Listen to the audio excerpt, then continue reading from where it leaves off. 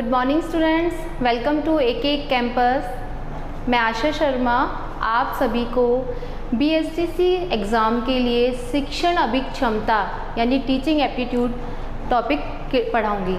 सबसे पहले हम बात करते हैं सिलेबस की, है ना। हमारा जो पाठ्यक्रम है, जो हमारा सिलेबस निर्धारित हुआ है बीएसटीसी क्लासेस के लिए, देखिए सबसे पहले कि शिक्षण अभिक्षमता टीचिंग एप्टीट्यूड के आपके जो एग्ज़ाम हैं उसमें आपके 50 प्रश्न आएंगे। क्वेश्चन जो नंबर है वो 50 होगा और 50 नंबर के लिए 50 क्वेश्चंस के लिए आपको 150 अंक मिलेंगे, यानी एक क्वेश्चन आपके 3 नंबर का होगा। तो एक क्वेश्चन बहुत इंपॉर्टेंट है, यहाँ पर हर एक क्वेश्चन बहुत इंपॉर्टेंट है।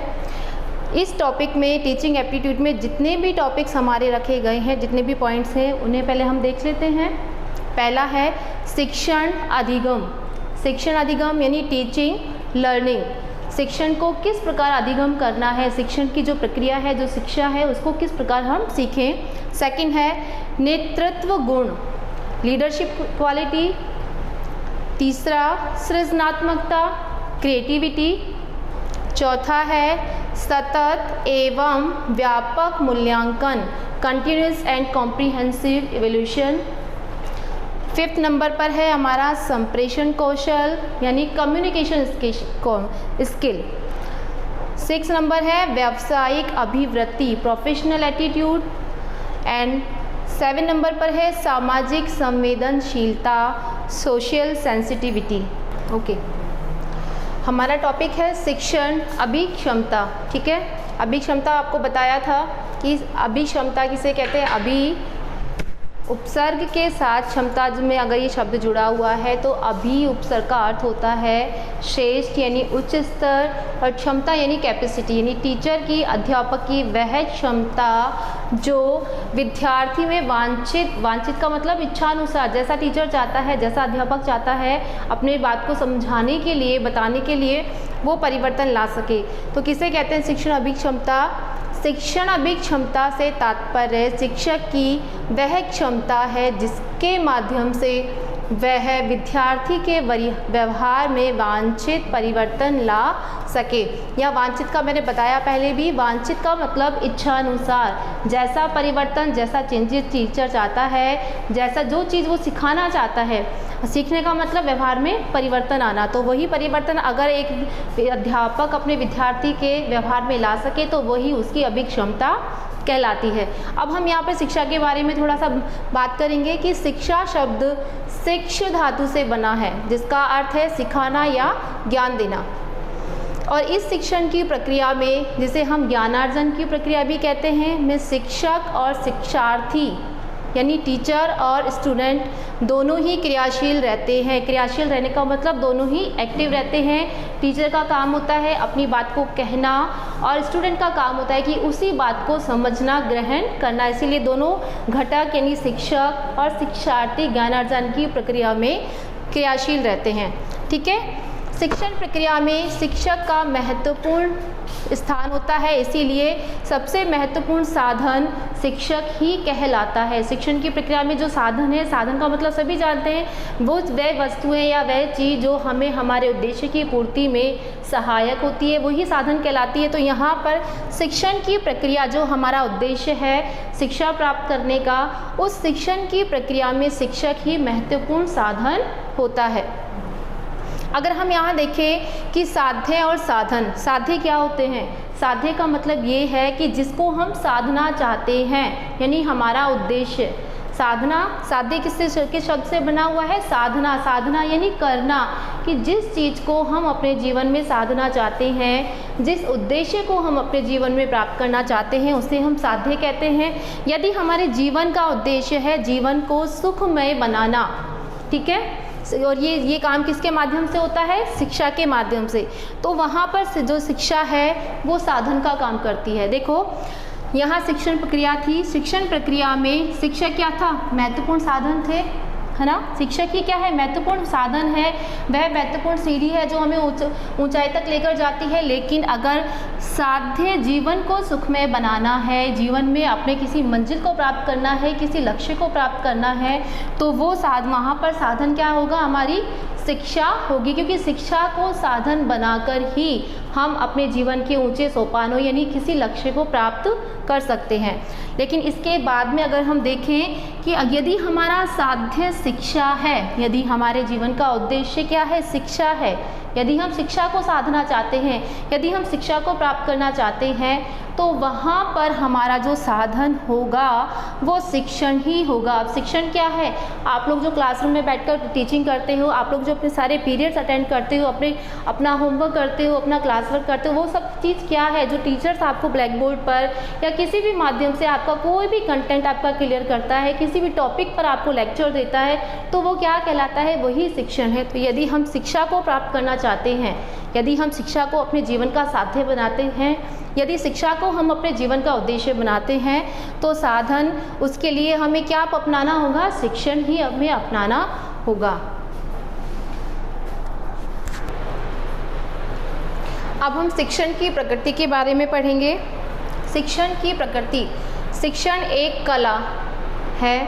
शिक्षण को क्या माना गया है, एक कला माना गया है, यानी शिक्षण करना, यानी शिक्षा प्रदान करना या शिक्षा ग्रहण करने की जो प्रक्रिया है वो एक आर्ट है, वो एक कला है कि किस प्रकार हम उसे सुंदर से सुंदर तरीके से अच्छे तरीके से हम उसे ग्रहण कर सकते हैं, या हम उसको इस तरीके से बनाए कि सामने वाला उसमें रुचि ले, उसमें आनंद प्राप्त करे और उसे जल्दी से ग्रहण कर ले।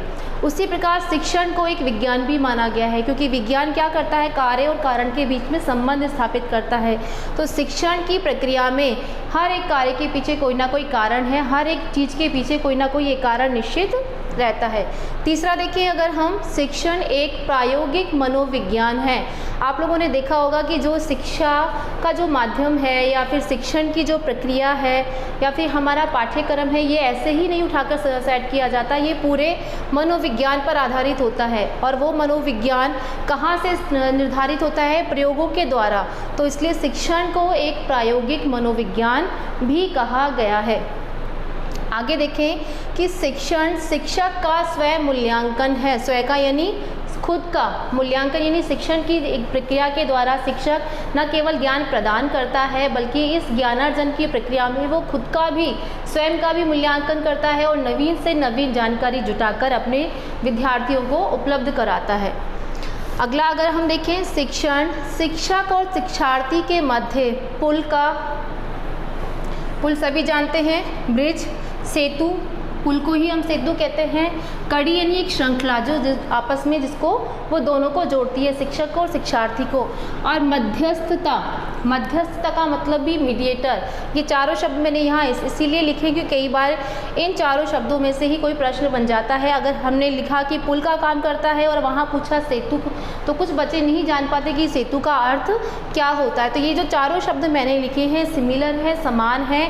तो जो शिक्षण है, शिक्षण की जो प्रक्रिया है वो शिक्षक और शिक्षार्थी, शिक्षा देने वाला और शिक्षा ग्रहण करने वाला, दोनों के बीच में मध्यस्थ का काम करती है, मीडिएटर का काम करती है, एक कड़ी का काम करती है और दोनों को आपस में जोड़े रखती है। अब जब वो कड़ी के माध्यम से आपस में जुड़ते हैं तो एक तरफ से ज्ञान प्रदान किया जाता है और दूसरी तरफ से ज्ञान ग्रहण किया जाता है। अगला हम देखें कि शिक्षण अतीव महत्वपूर्ण प्रक्रिया है।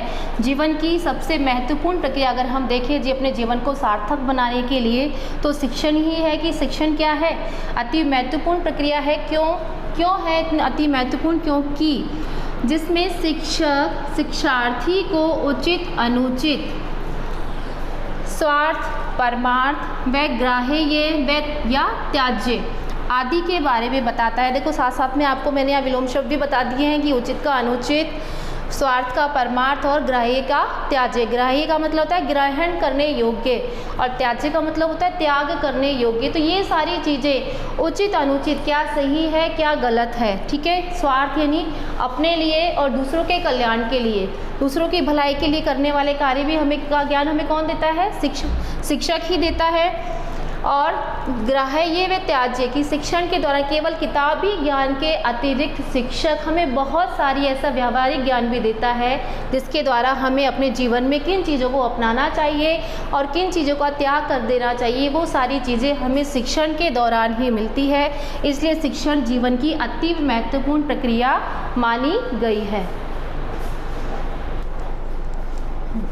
अब हम देखते हैं शैक्षणिक प्रक्रिया, यानी शिक्षण की जो प्रक्रिया है उस प्रक्रिया में कौन कौन शामिल है, कौन कौन उस प्रक्रिया में हिस्सा लेता है या कौन कौन अपनी भागीदारी उसमें देता है। तो क्या है शैक्षणिक प्रक्रिया की मानव जीवन का उद्देश्य शिक्षा प्राप्त करना है और यह प्रक्रिया आजीवन, आजीवन का मतलब जीवन भर, अनवरत यानी लगातार चलती रहती है। ऐसा नहीं है कि हम एक क्लासरूम में बैठकर ही शिक्षा प्राप्त कर सकते हैं। जीवन के विभिन्न अनुभवों से, जीवन के विभिन्न घटनाओं से हम शिक्षा प्राप्त कर लेते हैं। तो इसीलिए शिक्षा की संपूर्ण प्रक्रिया को एक त्रिकोण माना है। त्रिकोण का मतलब इसमें 3 घटक होते हैं आपस में। सबसे पहले होता है शिक्षक, शिक्षक की भूमिका होती है। दूसरा है शिक्षण साधन, अगर हमें शिक्षण की प्रक्रिया को प्रभावी बनाना है तो शिक्षण साधन उसमें शामिल करना बहुत ज़रूरी होता है। शिक्षण साधन के बाद उस शिक्षण साधन के माध्यम से, साधन का मतलब मैंने पहले भी बताया था कि ऐसी वस्तुएं या ऐसे साधन जो हमें शिक्षण की प्रक्रिया को प्रदान करने या शिक्षण को सामने वाले को, बच्चों को, शिक्षार्थियों को, विद्यार्थियों तक प्रेषित करने में, पहुंचाने में मदद करते हैं या फिर शिक्षार्थी द्वारा उस शिक्षण की प्रक्रिया को अधिगम करने में यानी सीखने में यानी प्राप्त करने में सहायता प्राप्त करते हैं, तो उसे हम शिक्षण साधन कहते हैं। शिक्षक इन शिक्षण साधनों के माध्यम से शिक्षार्थी को शिक्षण कराता है यानी शिक्षा प्रदान करता है। तो शिक्षण के साधन में हमें इसे त्रिकोण के माध्यम से समझाया गया है कि जिसमें शिक्षक है, शिक्षक शिक्षण साधन के माध्यम से शिक्षार्थी को क्या करता है, शिक्षा प्रदान करता है। देखिए शिक्षण साधन के बारे में देखें, वे सभी साधन जो शिक्षार्थी में वांछित परिवर्तन लाने में सहायता प्रदान करते हैं शिक्षण साधन कहलाते हैं। वांछित का मैंने पहले भी स्पष्ट किया था। वांछित का मतलब होता है कि ऐच्छिक, इच्छानुसार, कि जैसा अध्यापक परिवर्तन चाहता है, अध्यापक जो सिखाना चाहता है, अगर उस चीज़ को सिखाने में वो सक्षम है, उस चीज़ को सिखाने में सफल होता है तो वही सफल शिक्षण प्रक्रिया कहलाती है। शैक्षणिक प्रक्रिया में देखा जाए तो सामान्य रूप से 3 साधन माने गए, पहले भी मैंने आपको बताया। यहीं पर शिक्षक जो क्या है अपनी अहम भूमिका में होता है, शिक्षण साधन वो उसके मध्यस्थ का काम करता है और शिक्षार्थी, ठीक है। लेकिन अगर मुख्य रूप से पूछा जाए, मेन रूप से पूछा जाए कि शैक्षणिक प्रक्रिया में कितने साधन होते हैं, तो शैक्षणिक प्रक्रिया में मुख्य रूप से 2 ही साधन माने गए हैं, शिक्षक और शिक्षार्थी, क्योंकि इन दोनों के बीच में ही शिक्षण का आदान प्रदान होता है, शिक्षा का आदान प्रदान होता है। इसीलिए मुख्य रूप से शिक्षक और शिक्षार्थी ही शिक्षण प्रक्रिया में साधन माने गए हैं। शिक्षण प्रक्रिया में मुख्यतः 2 ही साधन माने गए हैं। पहला था, हमने बताया था, शिक्षक और शिक्षार्थी। इसी आधार पर जो महान विचारक हैं, शिक्षा शास्त्री हैं, जॉन एडम्स ने इसे द्विमुखी प्रक्रिया माना है। इन्होंने माना है कि शिक्षण प्रक्रिया में केवल 2 ही स्तर, 2 ही घटक भाग लेते हैं। पहला है शिक्षक और दूसरा है शिक्षार्थी, यानी शिक्षक का काम होता है शिक्षा को प्रदान करना और शिक्षार्थी का काम होता है शिक्षा को ग्रहण करना। इसीलिए जॉन एडम्स के द्वारा ही ये बात कही गई कि शिक्षा द्विमुखी प्रक्रिया है। और ये अक्सर एग्जाम में पूछा भी जाता है कि शिक्षा को द्विमुखी प्रक्रिया किस विचारक ने माना है या किस शिक्षा शास्त्री ने माना है, तो जॉन एडम्स ने माना है। या फिर ऐसा भी पूछा जाता है कि जॉन एडम्स ने शिक्षा को कौन सी प्रक्रिया माना है, द्विमुखी प्रक्रिया, या फिर ऐसा भी पूछा जाता है कि जॉन एडम्स के द्वारा बताई गई शिक्षण प्रक्रिया की द्विमुखी प्रक्रिया में कौन कौन शामिल होता है, तो उत्तर होगा हमारा शिक्षक और शिक्षार्थी।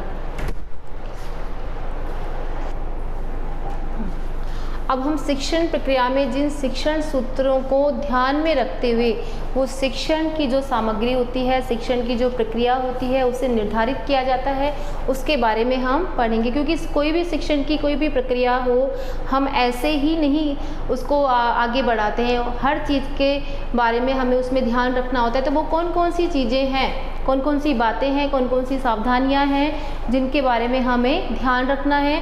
तो क्या होते हैं शिक्षण सूत्र? शिक्षण मनोविज्ञान व शिक्षण के मूलभूत सिद्धांत यानी जो बहुत ज़्यादा ज़रूरी होते हैं, फंडामेंटल जो प्रिंसिपल्स होते हैं उन्हें मूलभूत सिद्धांत कहते हैं, के आधार पर शिक्षण सूत्र के रूप में कुछ सामान्य नियम बनाए गए हैं। इन नियमों का ध्यान हमें शिक्षण प्रक्रिया के दौरान हर एक अध्यापक को या शिक्षक को रखना पड़ता है। तो पहला नियम क्या है? सरल से कठिन की ओर। आप लोगों ने देखा होगा जब भी हम किसी बच्चे को शिक्षा के लिए स्कूल भेजते हैं या वो बच्चा जब सबसे पहले स्कूल जाता है तो हम सीधे ही उसको पूरा एक ऐसे लिखने के लिए नहीं दे देते हैं कि जाइए और किसी भी टॉपिक पर ऐसे लिखिए। हम सबसे पहले उससे क्या करवाते हैं? वर्णमाला का ज्ञान करवाते हैं। तो यही होता है कि सरल से कठिन की ओर। तो सबसे पहले हम क्या करते हैं? विद्यार्थी को या शिक्षार्थी को वर्ण का ज्ञान कराते हैं कि वर्ण क्या होते हैं। फिर क्योंकि वर्ण भाषा की सबसे छोटी इकाई होती है, फिर उन्हीं वर्णों से मिलकर क्या बनता है? शब्द। अब हम शब्द पर आ जाते हैं कि हम शब्द हम बच्चों को सिखाते हैं कि जब बच्चे का वर्ण क्लियर हो गया, सबसे इजी क्या था? वर्ण। सबसे इजी हमने उसको स्टेप दिखाया कि सबसे पहले आप वर्ण के बारे में पढ़ो, ऐसे अनार के बारे में पढ़ो, कैसे कबूतर के बारे में पढ़ो।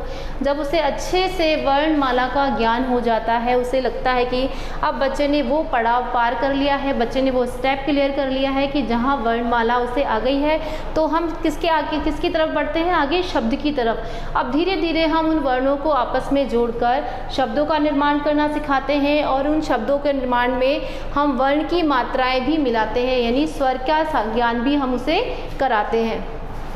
उसके बाद हम देखें शब्द का ज्ञान होने पर दो या दो से ज़्यादा शब्दों को जोड़कर अब हम उसे वाक्य लिखना सिखाते हैं। जब वो वाक्य भी लिखना सीख जाता है तो धीरे धीरे हम उसे व्याकरण का ज्ञान कराते हैं और इस प्रकार बच्चे को पूरी भाषा का ज्ञान हो जाता है। तो सरल से कठिन की ओर हमने सबसे पहले क्या किया? सबसे पहले पायदान पर हम चढ़े, यानी सबसे पहले हमने वर्ण उसे समझाया, फिर उसके बाद दूसरा पायदान यानी शब्द हमने उसे समझाया, फिर वाक्य हमने उसे पढ़ाए। वाक्य हमारे पूरी तरह सही हों, शुद्ध हों, तो उसके लिए हमने उसे व्याकरण का ज्ञान भी कराया। तो धीरे धीरे हमने उसे पूरी भाषा का ज्ञान कराया, यानी सरल से कठिन की ओर का जो नियम था, जो सूत्र था, वो हमने बच्चों को उसी के अनुसार शिक्षा प्रदान की। अब हम दूसरा देखते हैं स्थूल से सूक्ष्म की ओर। स्थूल से सूक्ष्म की ओर अक्सर ये पूछा जाता है, बच्चों को भी ये कन्फ्यूज़न होता है कि ये स्थूल का मतलब क्या है और ये सूक्ष्म का मतलब क्या है। तो स्थूल का मतलब होता है कि जो चीज़ें हमें साक्षात दिखती हैं, जो या फिर जो भी टीचिंग एड हम यूज़ करते हैं, ये बोर्ड भी क्या है? ये भी एक तरह से सूक्ष्म है। तो आप लोगों ने देखा होगा छोटी क्लासेस में बच्चों को ब्लॉक्स के माध्यम से पढ़ाया जाता है। तो ठीक है कि ब्लॉक्स के माध्यम से अंग्रेजी वर्णमाला, जिन पे अंग्रेजी के अल्फ़ाबेट लिखे होते हैं या फिर गिनतियाँ लिखी होती हैं या हिंदी के वर्ण लिखे होते हैं, तो उन वर्ण ब्लॉक्स को जोड़कर बच्चा खेल खेल में क्या सीखता है कि वो बच्चा तो ब्लॉक्स जोड़ता है, लेकिन ब्लॉक्स जोड़ने के साथ साथ ही वो अल्फ़ाबेट सीख जाता है, हिंदी के वर्णों को सीख जाता है, या फिर किसी भी मॉडल को, मॉडल यानी प्रतिरूप, किसी चीज़ का किसी भी मॉडल को अगर हम बच्चे को दिखाते हैं तो उसको मॉडल के द्वारा किसी भी घटना की जानकारी हम बच्चे को दे सकते हैं। यानी स्थूल के द्वारा, यानी जो मॉडल हमारे सामने था क्या था? अब जैसे मान लो हमने झांसी की रानी का एक चित्र दिखाया या मॉडल दिखाया, तो हम क्या करते हैं? झांसी की रानी के बारे में कि झांसी की रानी कौन थी, उनके पीछे क्या इतिहास जुड़ा हुआ है, तो वो सारी चीज़ें हम बच्चे को सिखा सकते हैं। तीसरा है हमारा प्रत्यक्ष से अप्रत्यक्ष की ओर। प्रत्यक्ष का मतलब जो हमारे आँखों के सामने होता है, प्रति प्लस अक्ष यानी आँखों के सामने, और अ उपसर्ग जुड़ने पर प्रत्यक्ष क्या हो जाता है? अप्रत्यक्ष, यानी जो हमारी आँखों के सामने नहीं है, जिसे हम नहीं जानते, जिसे हमने अभी देखा नहीं है। तो हमेशा ये ज़रूरी नहीं है कि जो समय आज हम देख रहे हैं तो आगे आने वाली पीढ़ी हमारा वो ये समय देखे, क्योंकि जिस कोरोना काल में हम जी रहे हैं तो वो कोरोना काल लंबे समय तक रहने वाला नहीं है। तो हम क्या करेंगे? आगे आने वाले समय में इसी समय का उदाहरण देंगे। तो क्या होता है? वर्तमान शासन व्यवस्था द्वारा अतीत के राजवंशों व उत्तराधिकारी शासन व्यवस्था का ज्ञान कराना। ठीक है, जो चीज़ें हमारे सामने हैं, आज हमारे देश में सब जानते हैं, लोकतंत्र है, प्रजातंत्र है, तो इस प्रजातंत्र, इस लोकतंत्र की शासन व्यवस्था को पढ़ाते हम क्या करेंगे? अतीत यानी भूतकाल, यानी इतिहास में जो शासन व्यवस्था हमारे देश में थी उनके बारे में, यानी राजवंश, सभी जानते हैं कि राजवंश था हमारे देश में, उत्तराधिकारी की शासन व्यवस्था थी, तो हम उसके बारे में भी उसको शिक्षार्थियों को जानकारी प्रदान करेंगे। अगला देखते हैं अनिश्चित से निश्चित की ओर। जो बच्चा होता है, जो शिक्षार्थी होता है, वो बहुत सारी चीज़ों को एक साथ देखता है। तो किसी भी एक वस्तु के प्रति, किसी भी एक रुचि के प्रति अपना जो ध्यान है, अपना जो अवधान है, उसको निर्धारित नहीं कर सकता। तो यहीं पर शिक्षक की भूमिका, जो शिक्षक का जो रोल है, बहुत इम्पोर्टेंट हो जाता है कि विभिन्न वस्तुओं व रुचियों के प्रति बालक के दृष्टिकोण को, बालक का जो देखने का नज़रिया है, बालक का जो दृष्टिकोण है, उसे उचित और अनुचित का भेद बताकर स्पष्ट करना। सबसे बड़ा दायित्व टीचर का या शिक्षक का यही है कि वो बच्चे को उचित और अनुचित बताए, और साथ में ये भी ध्यान दे कि बच्चे की जो रुचि है, बच्चे किस चीज़ के प्रति ज़्यादा आकर्षित हो रहा है, बच्चे का जो दृष्टिकोण है वो किस दिशा में डेवलप हो रहा है। तो इससे उचित और अनुचित का भेद बताकर सही दिशा में मार्गदर्शन करना भी शिक्षक के लिए बहुत ज़रूरी है। अगला हम देखते हैं पूर्ण से अंश की ओर। यहाँ पर हम क्या कर सकते हैं कि हम मानव शरीर का मॉडल, जो स्केलेटन होता है, मानव कंकाल का जो स्केलेटन होता है, ढांचा होता है, उसका उपयोग हम यहाँ कर सकते हैं कि ढांचा दिखाकर शरीर के विभिन्न अवयव यानी शरीर के विभिन्न अंगों की जानकारी देना, बॉडी पार्ट्स की जानकारी देना, विभिन्न ऑर्गन्स की जानकारी देना, या फिर हम वृक्ष का चित्र भी दिखा सकते हैं बच्चों को यहाँ पर। और वृक्ष का चित्र दिखाकर उसके विभिन्न हिस्सों, जड़, तना, पत्ती, कली, फूल, बीज आदि का भी हम यहाँ ज्ञान करा सकते हैं। तो उससे क्या होगा, हमारा पूर्ण से अंश की ओर, यानी हम पूरे ज्ञान से अंश की ओर बढ़ेंगे, यानी धीरे धीरे हम आगे बढ़ेंगे।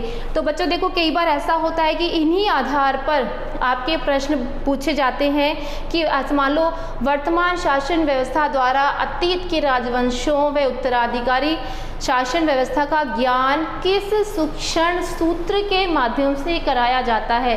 तो उसमें आपका आंसर क्या होगा, प्रत्यक्ष से अप्रत्यक्ष की। और या फिर ये भी पूछा जा सकता है कि मानव शरीर का मॉडल दिखाकर आप बच्चे को कौन सी जानकारी दे सकते हैं। आप बच्चे को यदि उसके विभिन्न शरीर के विभिन्न अवयवों की जानकारी देते हैं तो ये आपके किस शिक्षण सूत्र के अंतर्गत आता है, यानी पूर्ण से अंश की ओर। अगला शिक्षण सूत्र है हमारा मनोवैज्ञानिक क्रमबद्धता। मनोवैज्ञानिक यानी आप पता लग रहा होगा कि मन और विज्ञान, क्योंकि पहले ये स्पष्ट हो चुका है कि ये जो शिक्षण है वो मन और विज्ञान से रिलेटेड है, क्योंकि शिक्षण प्रक्रिया में क्या है, व्यक्ति का, शिक्षार्थी का मन और विज्ञान, जो ये जो कंसेप्ट है इसका मनोविज्ञान का, उसे मनोविज्ञान के आधार पर स्पष्ट किया जा सकता है कि मनोवैज्ञानिक तौर पर क्रमबद्धता होनी चाहिए। जो शिक्षण की प्रक्रिया है, जो शिक्षण होना चाहिए वो मनोवैज्ञानिक आधार पर ही होना चाहिए। मनोवैज्ञानिक आधार का मतलब मैं बता देती हूँ कि कक्षा में विभिन्न प्रकार के बच्चे होते हैं, तो उन्हीं बच्चों के के मनोवैज्ञानिक स्तर को ध्यान में रखते हुए ही हमें शिक्षण की व्यवस्था करनी चाहिए। इसमें हमें क्या ध्यान रखना है कि बालक की रुचि व उसके कौशल का मनोवैज्ञानिक आधार पर परीक्षण करके उसका मार्गदर्शन करना कि बच्चे का जो इंटरेस्ट है, बच्चे की जो रुचि है वो किस में है, बच्चे के अंदर कोई मोटर स्किल है, यदि कोई किसी प्रकार का कौशल है तो वो उसी चीज़ को प्रेरित करना ये शिक्षक का दायित्व बन जाता है। अगला हम देखते हैं आगमन विधि। आगमन विधि में क्या होता है कि पहले तथ्य को प्रस्तुत किया जाता है, पहले किसी चीज़ के बारे में जानकारी दी जाती है, और जब वो जानकारी स्पष्ट हो जाती है तो हम उसी से संबंधित नियम का प्रतिपादन कर देते हैं, यानी नियम को स्पष्ट करते दे हैं। जैसे हमने किसी भी व्यक्ति, वस्तु, स्थान आदि के नाम की पहचान करा दी, है ना, बता दिया कि वस्तु के नाम को बता दिया, व्यक्ति के नाम को बता दिया, स्थान के नाम को बता दिया, नाम सभी जानते हैं। लेकिन फिर बाद में उन्हीं नामों की पहचान कराने के बाद हमने ये नियम प्रतिपादित किया कि किसी भी व्यक्ति, वस्तु, स्थान या भाव आदि के नाम को हम संज्ञा कहते हैं। कहने का तात्पर्य यह है कि जिसमें पहले तथ्य प्रस्तुत किया जाता है, बाद में उसे समझाकर उसे प्रूफ करने के बाद ही एक नियम प्रतिपादित किया जाता है, उसे हम आगमन विधि कहते हैं। और हिंदी भाषा में ये आगमन विधि बहुत महत्वपूर्ण मानी जाती है। अगला देखते हैं हम संश्लेषण से विश्लेषण की ओर। पहले मैं संश्लेषण का और विश्लेषण का अर्थ बता दूं, ये आपस में अपोजिट है, विलोम शब्द है। संश्लेषण का मतलब होता है मिला जुला, मिलकर, इंक्लूड होकर, और विश्लेषण यानी उसके छोटे छोटे टुकड़े कर देना, अंशों में उसको बांट देना। जैसे संपूर्ण जानकारी को छोटे छोटे हिस्सों में बांटकर बताना बच्चों को। यदि सब कोई भी ज्ञान है, कोई भी बात है, अगर आप एक साथ बच्चों को बताते हैं तो वो बच्चों को ग्रहण करने में थोड़ी मुश्किल होगी। अगर हम वही बात बच्चों को छोटे छोटे खंडों में या हिस्सों में या अंशों में बांट दें, जैसे ये इतनी बड़ी स्पेलिंग है कन्वर्सेशन की, तो इस छोटी क्लास में बच्चों को ये ज्ञान कराया जाता है कि बच्चे जब इतनी बड़ी स्पेलिंग देखते हैं तो वो वैसे ही घबरा जाते हैं, उन्हें नहीं याद होती। तो ये टीचर का दायित्व बनता है कि वो उन्हें बताए कि इस स्पेलिंग को कैसे याद करनी है। तो बच्चों को क्या करना है, CONVERSATION। अब यहाँ जो बच्चों का जो कंसेप्ट आ रहा था, वो बच्चे इस चीज़ को देखकर जो घबरा रहे थे, लेकिन जैसे ही यहाँ उसने टुकड़े किए, यानी संश्लेषण से विश्लेषण की ओर आए, इस बड़ी स्पेलिंग से अगर हम छोटी छोटी हमने जब इसके टुकड़े करके बच्चों को पढ़ाया तो वो चीज़ें भी ईजी हो गई और बच्चों को जो मनोवैज्ञानिक तौर पर बच्चों की जो साइकोलॉजिकली उन्हें डर लग रहा था वो भी हमारा दूर हो गया। अगला है स्वाध्याय को प्रोत्साहन करना। स्वाध्याय 2 शब्द हैं यहाँ पर, स्व प्लस अध्याय। स्व का मतलब स्वयं, हम खुद, और अध्याय यानी पढ़ना, यानी हम यदि खुद पढ़ते हैं, यदि हम स्वयं पाठी होते हैं, जैसा कि आजकल सभी समय यही काम कर रहे हैं कि सभी क्या हैं, स्वयं पाठी हैं, स्वाध्याय ही कर रहे हैं। तो सबसे सर्वोत्तम विधि शिक्षण प्रक्रिया में यही मानी गई है कि शिक्षार्थी को स्वाध्याय के लिए प्रेरित करना। क्या करना चाहिए, शिक्षक को अपने शिक्षार्थी को स्वाध्याय के लिए प्रेरित करना चाहिए। यह शिक्षण की सर्वोत्तम का मतलब सर्वोत्तम 2 शब्द हैं इसमें, फिर भी सर्व यानी सबसे और उत्तम यानी श्रेष्ठ, सबसे श्रेष्ठ सबसे अच्छी विधि कौन सी मानी गई है, स्वाध्याय विधि, यानी स्वाध्याय यानी स्वयं पढ़ना। अगला शिक्षण सूत्र हम देखते हैं, अनुभव से तर्क की ओर। अनुभव सभी जानते हैं, एक्सपीरियंस की कहा जाता है कि बच्चा जैसा एक्सपीरियंस करता है, जैसा देखता है, जैसा सुनता है, वो ही उसी आधार पर, अपने अनुभव के आधार पर ही उस जानकारी को, उस ज्ञान को अपने अंतर में बिठा लेता है। लेकिन यहाँ पर शिक्षक का क्या दायित्व हो जाता है कि बालक को अनुभव पर आधारित ज्ञान को उचित अनुचित के तर्क के आधार पर स्पष्ट करना। यहाँ शिक्षक की जो भूमिका है वो बहुत बढ़ जाती है, क्योंकि कई बार परिस्थितियों के आधार पर ही बच्चा केवल अनुभव देखता है, उसके पीछे निहित तर्क को वो नहीं पहचान पाता है। तो वो उस तर्क तक बच्चे को ले जाना, उसकी तार्किक क्षमता को विकसित करना ही शिक्षक का यहाँ दायित्व माना गया है। अगला देखते हैं हम, प्रकृति का अनुसरण। शिक्षण प्रक्रिया में सबसे महत्वपूर्ण सूत्र माना गया है प्रकृति का अनुसरण। प्रकृति यानी नेचर नहीं है ये जो चारों तरफ हमें प्रकृति दिखती है, ये नहीं, बच्चे की प्रकृति, बच्चा कैसा है, वो कैसे बच्चे हैं, शारीरिक व मानसिक रूप से पिछड़े, सामान्य व प्रतिभाशाली बालकों की प्रकृति के अनुसार ही शिक्षण का स्तर निर्धारित होना चाहिए। हम देखते हैं कि कक्षा में, क्लास में बहुत सारे अलग अलग बच्चे होते हैं, कुछ पिछड़े होते हैं, मानसिक रूप से भी होते हैं और शारीरिक रूप से भी होते हैं, सामान्य भी होते हैं और प्रतिभाशाली यानी सृजनात्मक बालक भी होते हैं।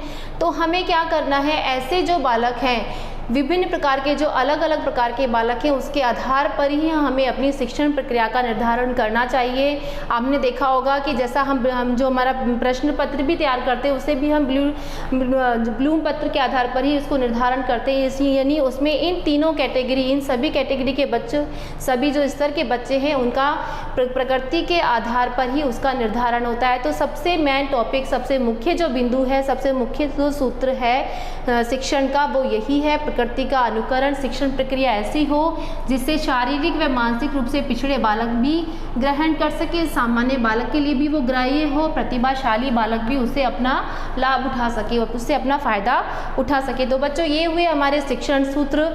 अब आगे की जानकारी हम अगले वीडियो में आपके सामने लेकर आएंगे। तब तक के लिए धन्यवाद।